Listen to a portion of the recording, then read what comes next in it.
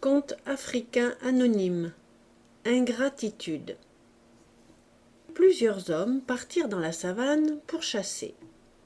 L'un d'entre eux, très vite, perdit ses compagnons. Il revint en arrière, partit à droite, à gauche, rien. Il était absolument seul et complètement perdu au milieu de la savane. Déjà le soir tombait, il était très inquiet. Soudain il vit, devant lui, un lion qui avançait, lentement, mais bien dans sa direction.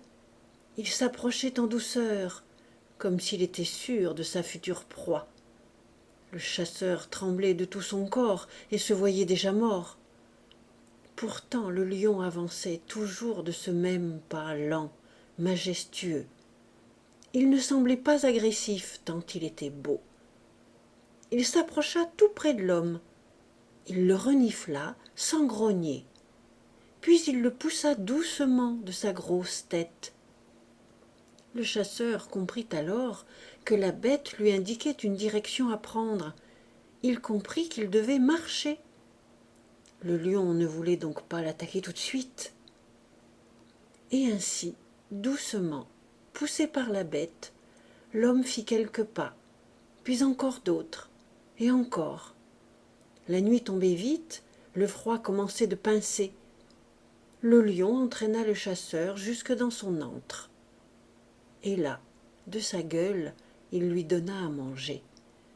Avec sa fourrure, il le réchauffa. L'homme s'endormit et ne se réveilla qu'au premier rayon du soleil.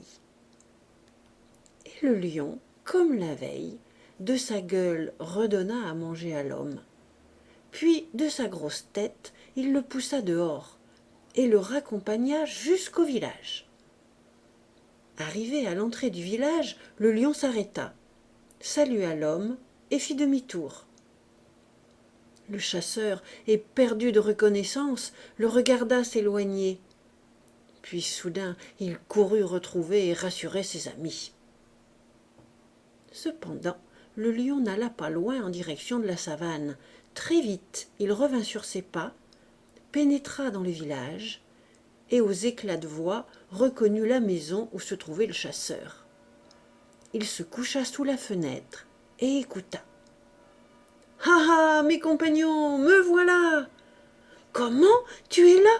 Nous te croyons tous morts. »« Oh, quel prodige as-tu vécu? Raconte-nous !» Et le chasseur raconta comment le lion l'avait conduit dans son antre, comment il l'avait nourri de sa gueule, comment il l'avait réchauffé de sa fourrure. « Ah, vrai, les amis, quelle belle nuit j'ai passée !»« Hé hé !» s'exclamèrent ses amis. « Dis-nous plutôt que c'est avec une femme que tu as passé cette si merveilleuse nuit. » Le chasseur insista pour qu'on le croie, et plus il insistait, plus ses compagnons riaient de lui, sans le croire. Alors il ajouta « Si, c'est vrai, et même que le lion, il puait de la gueule. » Le lion sous la fenêtre se leva lentement, sans bruit, et fila dans sa savane. Le lendemain matin, notre chasseur s'en alla au puits chercher de l'eau, et il fut tout surpris et heureux de revoir là son lion.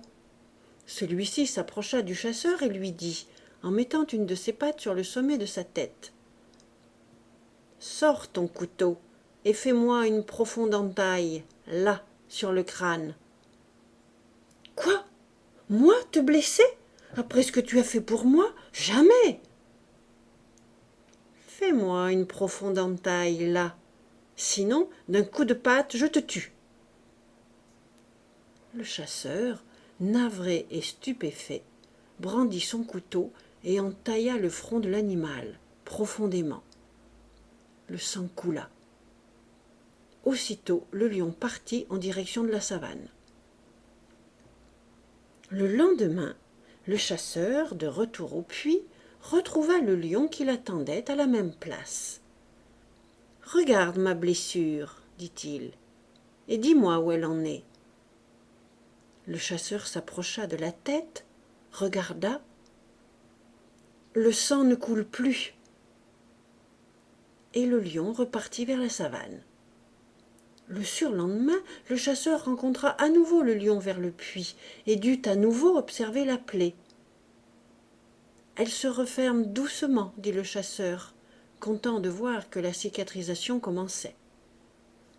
Et chaque jour, au même endroit, à la même heure, le chasseur retrouva le lion qui lui faisait la même demande, jusqu'au jour où l'homme put enfin dire « La plaie est presque cicatrisée, des poils commencent déjà de repousser. » Alors le lion eut ces paroles. « Tu vois, la plaie que tu m'as faite au corps cicatrise, mais celle que tu m'as faite au cœur ne cicatrisera jamais. » Et d'un seul coup de patte, le lion tua le chasseur.